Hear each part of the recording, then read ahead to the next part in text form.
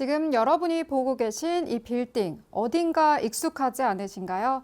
맨해튼에 있는 미드타운, 런던시티, 서울 강남의 테헤란로, 세계 금융부의 심장부를 가득 채우던 저 유리 마천루들이 지금 절반 이상 텅 비어 있습니다.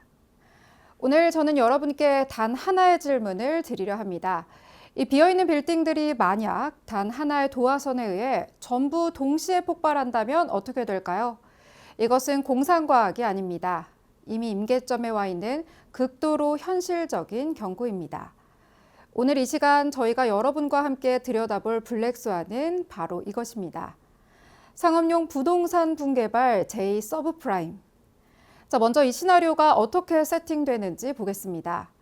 이건 하루아침에 생겨난 위기가 아닙니다. 사실 불씨는 아주 오래전부터 조용히 깔리고 있었어요. 코로나 팬데믹이 촉발한 재택근무는 일시적인 현상이 아니었습니다.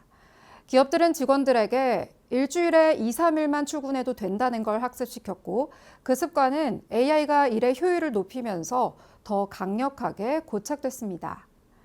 AI가 회의록을 요약하고 이메일을 대신 쓰고 보고서를 초안해주는 세상에서 굳이 비싼 오피스 임대료를 낼 이유가 없어진 거죠. 문제는 바로 여기에 있습니다. 이 비어있는 빌딩들 뒤에는 어마어마한 대출이 묶여 있어요. 미국 지역 중소은행만 놓고 봐도 1조 8천억 달러, 유럽, 아시아까지 합치면 전 세계 상업용 부동산 대출 총 규모는 3조 5천억 달러에 달합니다. 그리고 지금 바로 이 순간 이 대출들의 만기가 2026년을 기점으로 집중적으로 돌아오고 있습니다. 이제부터가 시나리오입니다. 어느 날 아침 뉴욕타임스 일면을 이 헤드라인이 장식합니다. 세계 최대 부동산 투자사 중 하나가 손을 들었습니다. 리파이낸싱은 불가능했고 공실률은 내려오지 않았으며 금리는 여전히 높았습니다. 불씨가 화염이 된 순간입니다. 디폴트 선언 직후 글로벌 금융시장은 문자 그대로 패닉에 빠졌습니다. 뉴욕 증시가 막 열리기도 전에 선물 시장에서 이미 경고음이 울렸어요. 왜 은행들이 이렇게 직격탄을 맞냐고요? 이 지역 중소은행들은 상업용 부동산 대출 비중이 전체 대출의 40에서 60%에 달합니다.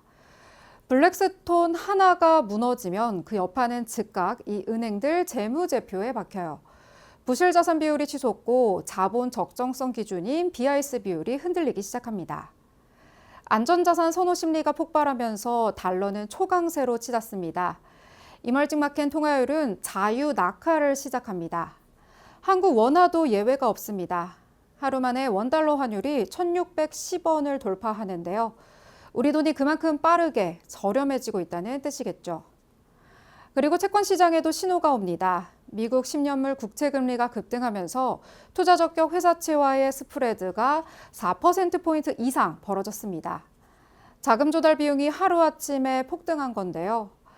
은행들은 서로에게 대출해주길 꺼리기 시작합니다. 2008년의 기시감.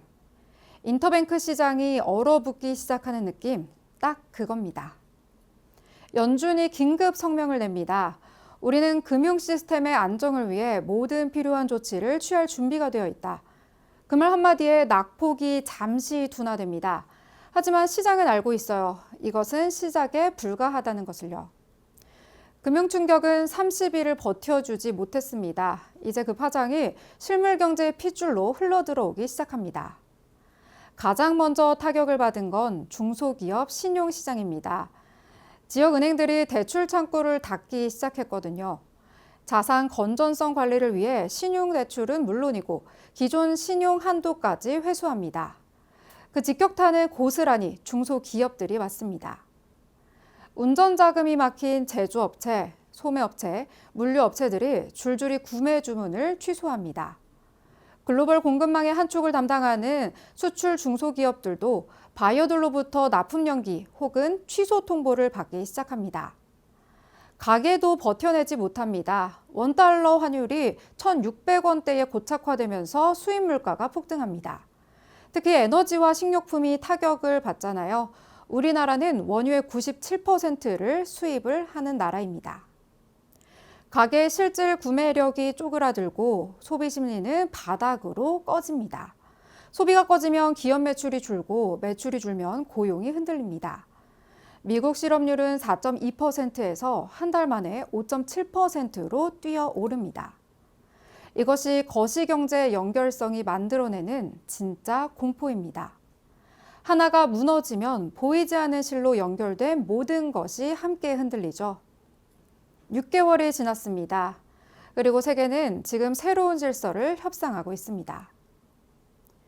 미국에서만 중소형은행 17곳이 연방예금보험공사에 의해 강제 매각 또는 정리가 됐습니다. 대형 은행들은 부실 자산을 헐값에 흡수하며 더 커졌고 미국의 은행 산업은 한층 더 과점 구조로 재편됐습니다. 연준은 기준금리를 긴급히 150bp 인하했습니다. 동시에 대출 지원 프로그램을 전격 재가동했고요. 재무부는 의회와 함께 3천억 원 달러 규모의 긴급 안정화 패키지를 통과시켰습니다. 하지만 시장이 느끼기엔 너무 늦은 대응이었습니다. 이제 지정학적 판도가 달라집니다. 달러 패권에 대한 회의가 다시 고개를 들었는데요. 중국은 위안화 결제망 CIPS의 참여국 확대를 공격적으로 추진했고 사우디아라비아와의 인도는 원유 거래 일부를 비달러 통화로 전환했습니다. 한국에서는 어떤 일이 벌어졌을까요? 원화 약세로 수출 대기업 일부가 환차익을 봤지만 내수 중심의 중소기업과 자영업자들은 유례없는 복합 불황을 경험했습니다. 2024년 이미 한계에 달했던 가계부채가 수면 위로 올라오면서 한국의 금융당국도 부동산 PF 리스크 정밀 점검에 들어갔습니다. 그리고 상업용 부동산 시장 자체는 완전히 다른 시대로 접어들었습니다. 오피스는 더 이상 규모의 자산이 아닙니다. 헬스케어, 물류, 데이터 센터, 라이프 사이언스 시설로의 전환이 가속화됐고 도심 오피스 빌딩들은 주거용, 복합용도 리모델링 되거나 그대로 방치됐습니다. 이것이 바로 블랙스완 이후의 뉴 노멀입니다. 오늘 저희가 함께 들여다본 이 시나리오 완전한 허구라고 단언할 수 있는 분 계신가요? 세계 최대 부동산 투자사 블랙스톤은 이미 2023년에 일부 리츠의 환매를 제안한 바 있습니다.